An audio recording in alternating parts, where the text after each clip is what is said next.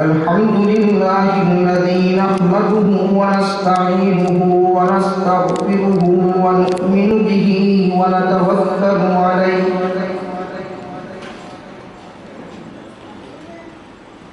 ونعوذ بالله من شرور أنفسنا ومن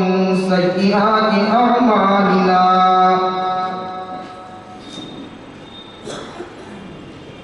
من يهده الله فلا مضل له ومن يضلله فلا هادي له ونشهد أن لا إله إلا الله وحده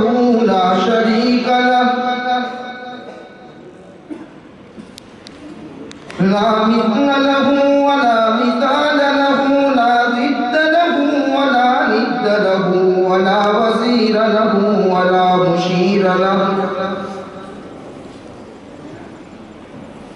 ونشهد أن سيدنا وسندنا وحبيبنا وشفيعنا ومولانا وأولانا محمدا عبده ورسوله صلى الله عليه وعلى آله وأصحابه وأهل بيته وأزواجه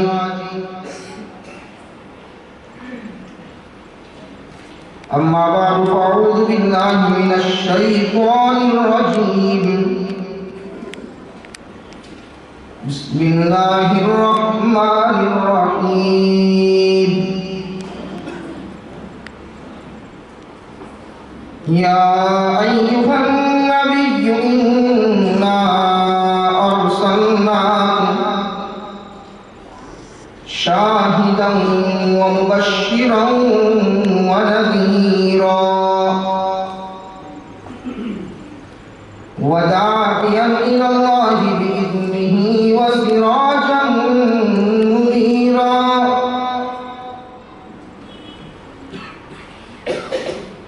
وقال الله تبارك وتعالى وما أرسلناك إلا رحمة للعالمين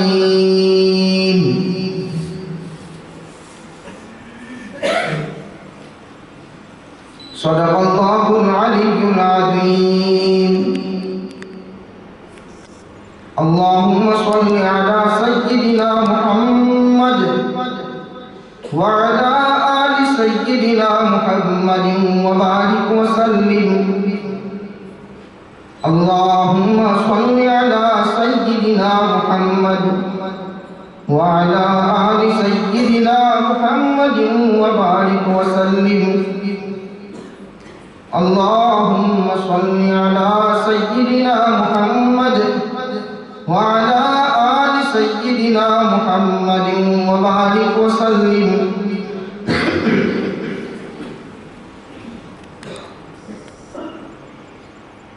نہ رات ہوں رات زادہ ہوں کہ تاریکی کی بات کروں نہ رات ہوں کہ رات زادہ ہوں کہ تاریکی کی بات کروں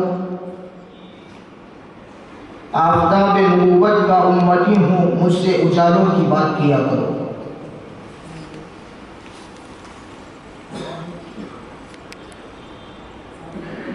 سجیلی ہے نبوت قادیاں کی سجیلی ہے نبوت قادیاں کی رسیلی ہے نبوت قادیاں کی دے چکے ہیں فتویٰ یہ جان عالم دے چکے ہیں فتویٰ یہ جان عالم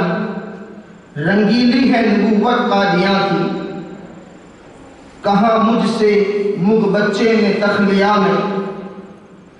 کہاں مجھ سے مغ بچے نے تخلیہ میں نشیلی ہے نبوت قادیاں کی اسٹیج پر رونق افروز علماء کرام بزرگان دین اور عزیز سامعین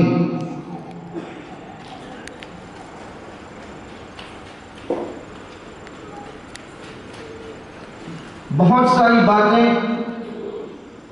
آپ حضرات سماعت کر چکے ہیں. اور اس جلسے کا جو مقصد ہے تقریباً آپ کے سامنے واضح ہو چکا ہے۔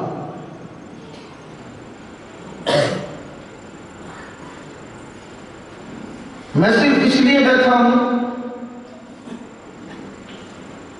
کہ ایک آگ سے جو جل رہی ہے دل کے اندر، شاید اس کی چنگاری آپ کے دلوں تک منتقل ہو جائے۔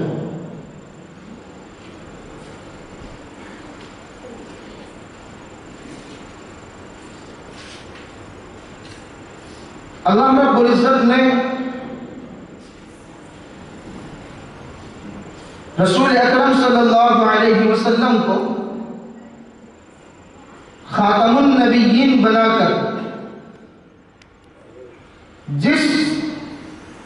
ختم نبوت کے اعزاز سے آپ کو بخشا، نوازا، اس کے بعد اس مسئلے کے اوپر قادیان کے کسی دہلیے سے اور پنجاب کے کسی مسلمہ سے اور اس کی کسی ماننے والے سے اس بات کی بحث کرنا کہ مرزا غلام احمد قادیانی نبی تھا اگر تو کیسے تھا، نبوت اگر جاری ہے تو کیسے ہیں، وہ سچا تھا یا جھوٹا تھا، وہ نبوت کے معیار کے اوپر کھرا اترتا تھا یا نہیں اترتا تھا۔ میں سمجھتا ہوں کہ پہلے کسی ایک شخص کو رسول اکرم صلی اللہ علیہ وسلم کے ساتھ ترازو میں لایا جائے، موازنہ کیا جائے اور پھر یہ کہا جائے کہ تو اس قابل نہیں کہ تجھ کو نبوت مل سکے، یہ کل گستاخی ہے رسول اکرم صلی اللہ علیہ وسلم کی اس اعزاز کے ساتھ۔ وہ اس قابل ہی نہیں ہے کہ اس کے ساتھ یہ بحث کی جائے کہ نبوت جاری ہے یا نبوت بن ہے، مرزا غلام احمد یہ نبی بننے کے لائق ہیں یا نہیں ہیں۔ وہ اس قابل بھی نہیں ہے کہ اس کے ساتھ قطعاً یہ بحث چھیڑی جائے۔ البتہ ہمارے دیہاتی بھائیوں کا خیال کر کے، ان کی جہالت کو سامنے رکھ کر، ان کے بھولے پن کو سامنے رکھ کر، ان کی سادگی کو سامنے رکھ کر کبھی سمجھانے کے لیے یہ بحث اس لیے کرنی پڑتی ہے تاکہ وہ یہ نہ سمجھیں کہ مولوی صاحب مباحثے کی راہ سے راہ فرار اختیار کر رہے ہیں، ورنہ خدا کی قسم اس قادیانیت کا اور قادیانیت جیسی ہر نبوت کا، چاہے وہ بہائیت ہو، چاہے وہ بابیت ہو، چاہے وہ کسی اور شکل کے اندر ہو، اس کا جواب صرف اور صرف وہ ہے جو صدیق اکبر نے دیا تھا، اور اس کا جواب وہی ہو سکتا ہے پوری امت کے لیے، وہی اسوہ ہے ہمارے لیے اور وہی مشعل راہ ہے ہمارے لیے۔ یہ ہماری اپنی کوتاہی، یہ ہماری اپنی غفلت، یہ ہماری اپنی بے خبری، انہی وجہ سے موقع مل جاتا ہے ان فتنوں کو کہ وہ آئیں اور ہمارے درمیان میں سے بھولے بھالے لوگوں کا ایمان چرا کر لے جائیں۔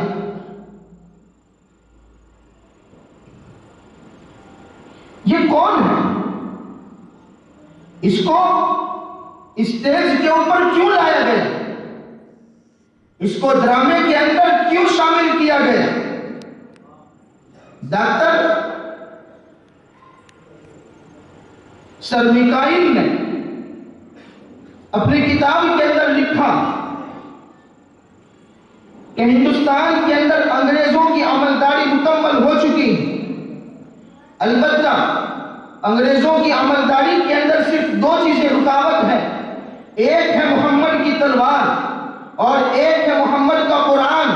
اگر یہ ہمارے راستے سے دور ہو جائیں گے، محمد کی تلوار اگر نہیں رہے گی، محمد کا قرآن اگر نہیں رہے گا، تو پھر ہندوستان کے اندر انگریز کا تسلط ہمیشہ کے لیے ہو جائے گا، اس کا اقتدار استقامت پا جائے گا۔ لہذا کوئی ایسا ڈرامے باز تلاش کیا جائے جو اس منصب کے لیے کھڑا ہو جائے۔ چنانچہ کمیشن آتا ہے 1868 کے اندر، ہندوستان کے اندر 2 سال تک وہ اپنی رپورٹ تیار کرتا ہے، لوگوں کے درمیان میں سروے کرتا ہے، اور پھر انگلینڈ جا کر، برطانیہ جا کر، وہاں اپنے وائٹ ہاؤس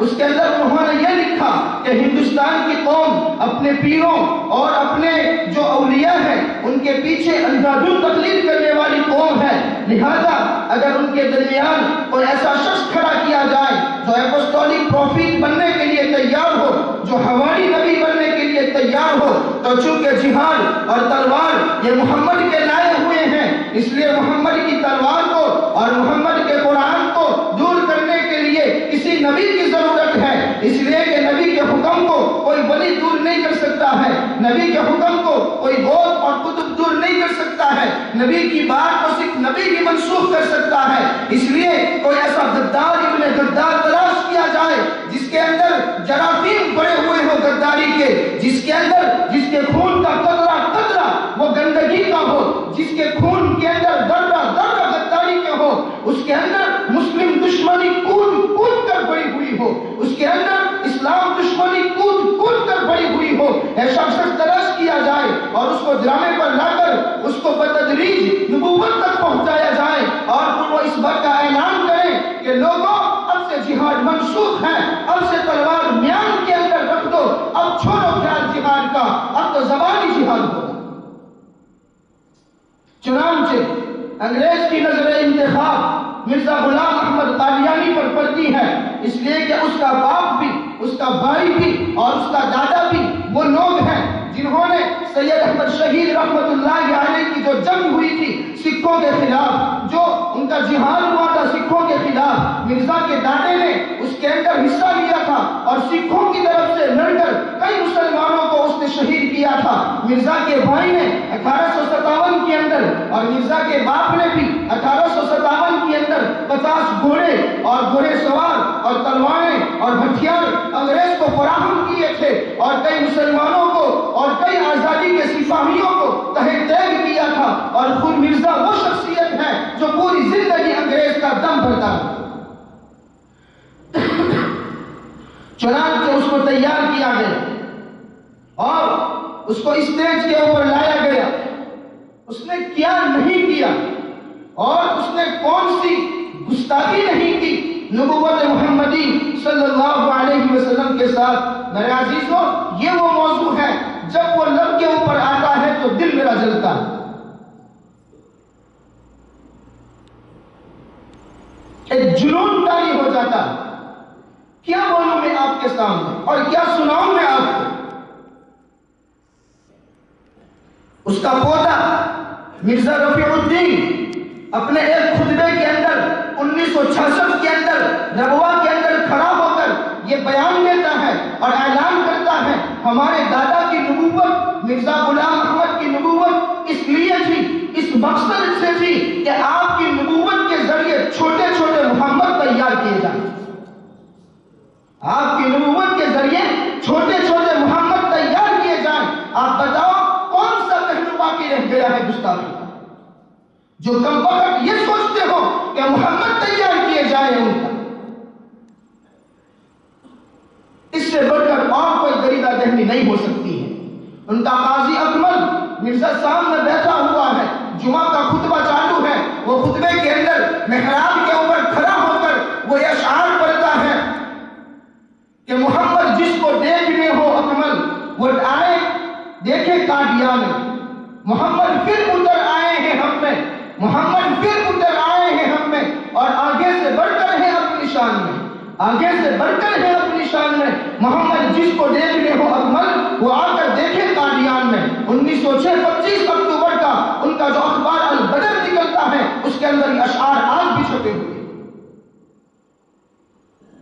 ان کا یہ عقیدہ ہے اور ان کا یہ دعویٰ بھی کہ رسول اکرم صلی اللہ علیہ وسلم کی 2 بعثتیں ہیں۔ ایک بعثت وہ ہوئی جو آمینہ کے گھر مکہ مکرمہ میں محمد ابن عبداللہ کی شکل میں ہوئی، اور دوسری بعثت وہ ہے جو قادیان کے اندر ضلع گرداسپور میں پنجاب کے اندر مرزا غلام احمد کی شکل میں ہوئی۔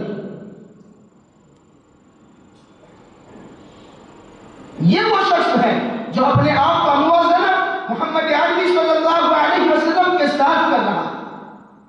یہ وہ شخص ہے جو اپنے آپ کے بارے میں یہ کہتا ہے آسمان سے بہت سارے تخت اترے اور ان تمام تختوں میں سب سے وقت میرا ہی رہا، جس شخص کا دعویٰ یہ ہے کہ میری آستین کے اندر آدم سے لے کر محمد تک سارے کے سارے انبیاء چھپے ہوئے ہیں، اور مجھ کو اللہ نے اتنے معجزات دیے، اتنے معجزات دیے کہ اگر وہ معجزات اگلے انبیاء کے اوپر تقسیم کر دیے جائیں تو اگلے انبیاء کی کوئی بھی امت کافر باقی نہ رہے گی۔ بتاؤ کون سا پہلو اس نے گستاخی کا چھوڑا؟ جب یہودیوں نے فلسطین کی طرف گندی نظریں جمائی اور انہوں نے ایک عالمی سازش کے تحت برطانیہ کو پہلے درمیان میں رکھا، ایک لمبی، میں کہاں تک یہ داستان سناؤں کہ کس طریقے سے فلسطین کو یہودیوں نے ہڑپ کیا۔ شاہ عبد العزیز کے ساتھ امریکہ کے صدر جمہوریہ کی بیٹھک ہوتی ہے جہازوں کے اندر، ایک طرف سے شاہ عبد العزیز کا جہاز جا رہا ہے، دوسری طرف امریکہ کا صدر جمہوریہ آیا ہوا ہے، اور سمندر کے درمیان میں یہ دونوں فرمانروا ملتے ہیں، اور امریکہ کا صدر جمہوریہ شاہ عبد العزیز کو اس بات کے لیے راضی کر لیتا ہے کہ آپ کی سعودی عربیہ کی جو سرحدیں ہیں وہ آپ تھوڑی پیچھے ہٹا دیں، تاکہ ہم جو فلسطین اور جو اسرائیل کی تشکیل دینا چاہتے ہیں اس کے اندر آپ کو مزاحمت کا سامنا نہ کرنے پائیں۔ لہذا یہ راضی ہو جاتا ہے شاہ عبد العزیز، اور تاریخ کی وہ سنگین غلطی کرتا ہے کہ جس کا خمیازہ اور جس کا نقصان آج تک فلسطین کا بچہ بھگت رہا ہے۔ وہ سعودی عربیہ اپنی سرحدوں کو پیچھے ہٹا لیتا ہے اور دستبردار ہو جاتا ہے فلسطین کے مسئلے سے۔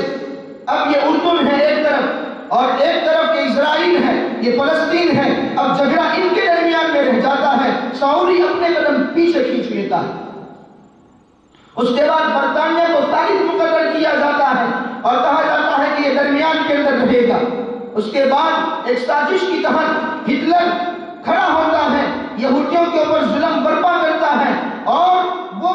جتنا شور مچایا گیا دنیا کے اندر ہولوکاسٹ کا، خدا کی قسم اتنا یہودیوں کو اس نے نہیں مارا گیس چیمبر کے اندر۔ یہ شور ہے، یہ ڈھونگ ہے جو رچایا گیا صرف اس لیے کہ پوری دنیا کی قومیں یہودیوں کی طرح نرم دل ہو جائیں اور یہودیت کو اپنانے کے لیے اور یہودیوں کو جگہ دینے کے لیے تیار ہو جائیں۔ میں پوچھنا چاہتا ہوں امریکہ سے، میں پوچھنا چاہتا ہوں برطانیہ سے، میں پوچھنا چاہتا ہوں آسٹریلیا کے بر اعظم سے، میں پوچھنا چاہتا ہوں ایشیا کے بر اعظم سے، آپ مجھے جواب دیں۔ میں مانتا ہوں یہودیوں نے ظلم، یہودیوں کے اوپر ظلم ہوا، میں مانتا ہوں ہٹلر نے ہولوکاسٹ کیا، میں مانتا ہوں گیس چیمبر کے اندر ہزاروں کی تعداد کے اندر یہودیوں کو قتل کیا گیا، میں مانتا ہوں یہودیوں کو الگ وطن کی ضرورت تھی، میں مانتا ہوں یہودیوں کو الگ زمین کی ضرورت تھی، پھر اے امریکہ تو نے یہودیوں کو جگہ کیوں نہیں دی؟ اے آسٹریلیا تو نے یہودیوں کو جگہ کیوں نہیں دی؟ اے جرمنی تو نے یہودیوں کو جگہ کیوں نہیں دی؟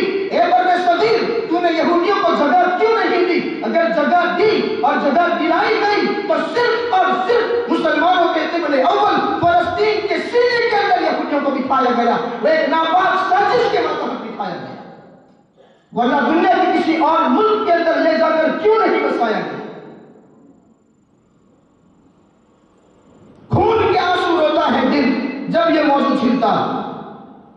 کیا ہوا تاریخ کے اندر اور ہمارے حکمرانوں نے ادنا غلطی کی وجہ سے آج کس طرح فلسطین کے مسلمان مظلومانہ زندگی گزار رہے ہیں۔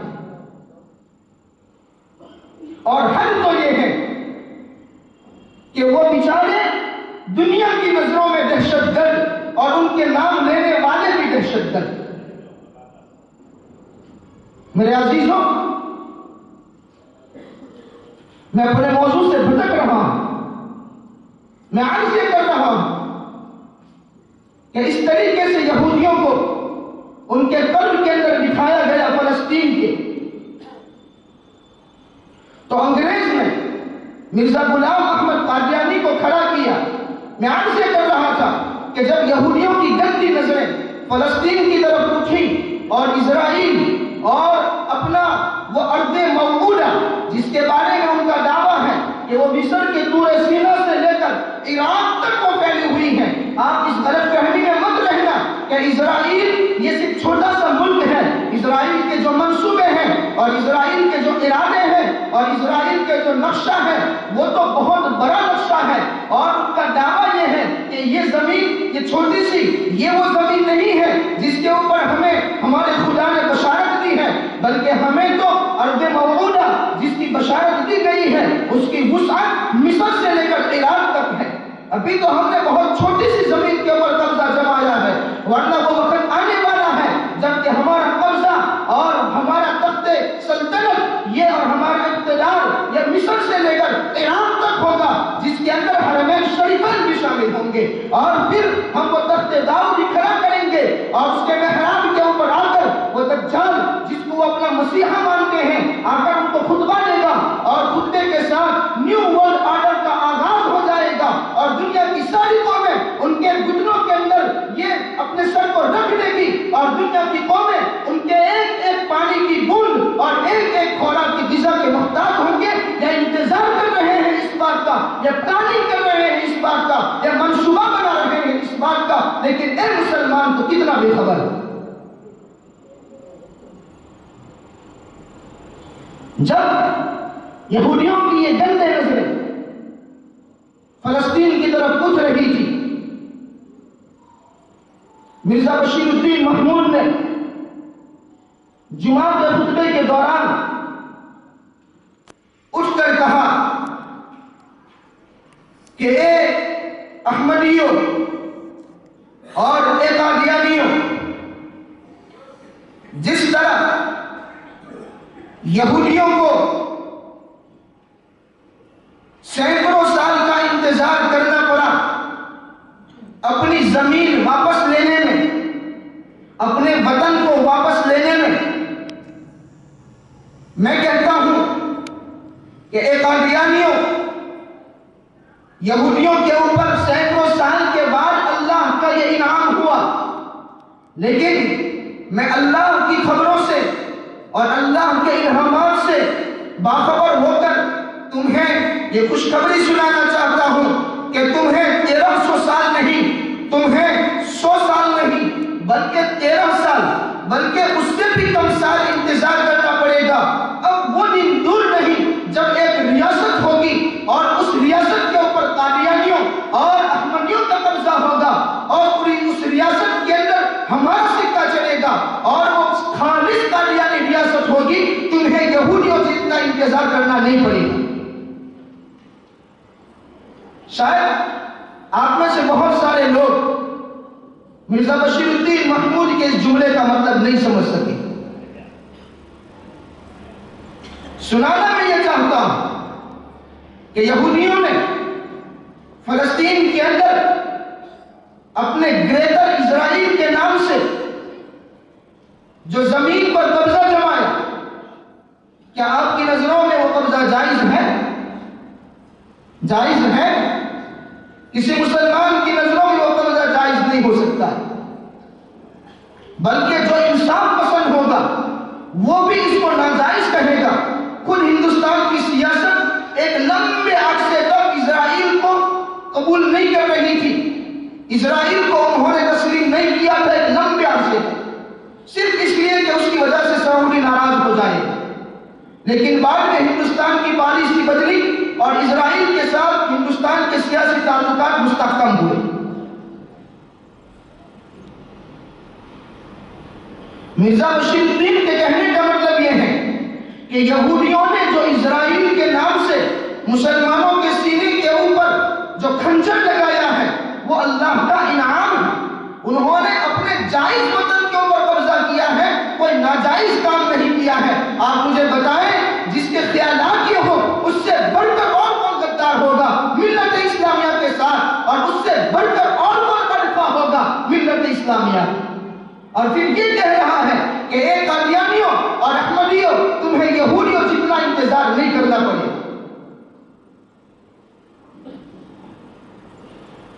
ایک دن دیش میں آتا ہے مرزا بشیر الدین اور اپنے خطبے کے اندر یہ کہتا ہے کہ کون کہتا ہے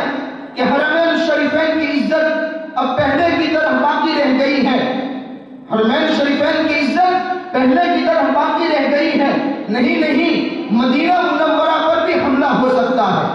مدینہ منورہ پر بھی حملہ ہو سکتا ہے۔ آپ اندازہ لگائیں اس کمینے کی نظریں کہاں ہیں،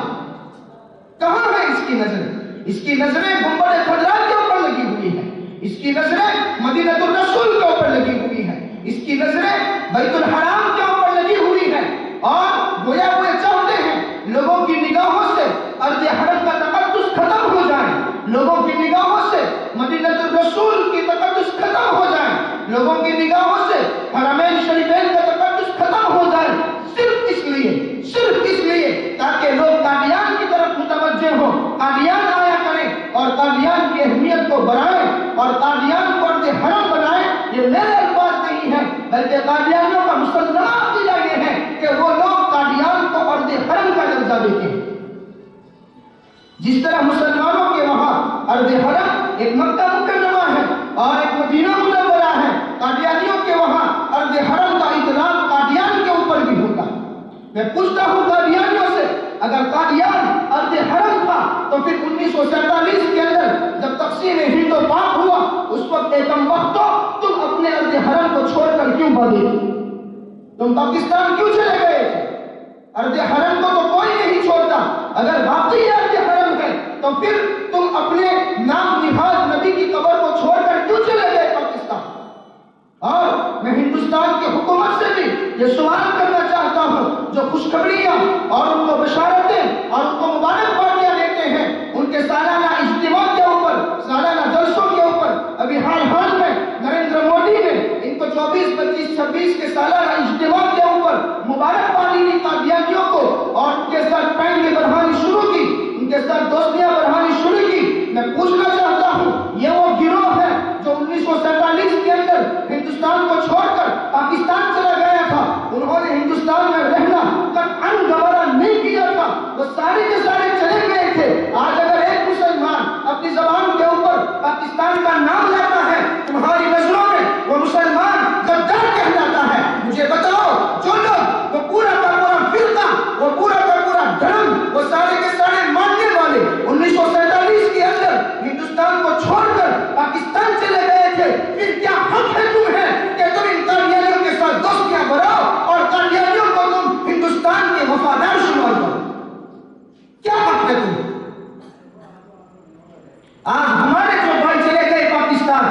کیا ان کے ساتھ بات چیت کرنا گوارا کرے گی یہاں کی حکومت؟ قطعاً گوارا نہیں کرے گی۔ پھر یہ کس منہ سے قادیانیوں کے ساتھ بات چیت کرتی ہے؟ یہ کس منہ سے ان لوگوں کو مبارکباد دیتی ہے؟ یہ کس منہ سے ان کے تحفے کو قبول کرتی ہے؟ یہ کس منہ سے ان کے سالانہ اجتماع کے اندر حاضری دیتے ہیں؟ میرے عزیزوں، یہ کوئی ایسا مذہبی مسئلہ نہیں ہے، یہ سیاسی مسئلہ ہے، سیاسی مسئلہ۔ قادیانیت کا تجزیہ بہت دیر ہو گئی ہمیں کرنے کے اندر، ہم مذہبی جنگیں لڑتے رہے، ہم قرآن پیش کرتے رہے، ہم احادیث پیش کرتے رہے، ہم اجماع امت پیش کرتے رہے، ہم فقہا کے اقوال پیش کرتے رہے۔ خدا کی قسم، قادیانیت اس قابل نہیں تھی کہ اس کے خلاف قرآن لایا جائے، اس کے خلاف احادیث لائی جائے، اس کے خلاف اقوال فقہا پیش کیے جائیں، اس کے خلاف اجماع امت لائی جائے، بلکہ یہ تو وہ فتنہ ہے جو سیاسی فوائد کے لیے انگریز کا اسٹیج کے اوپر اس کو سیٹ کیا۔ ہم سمجھ ہی نہیں سکے اس کو۔ انگریز نے اس کو محض اپنے مخصوص فوائد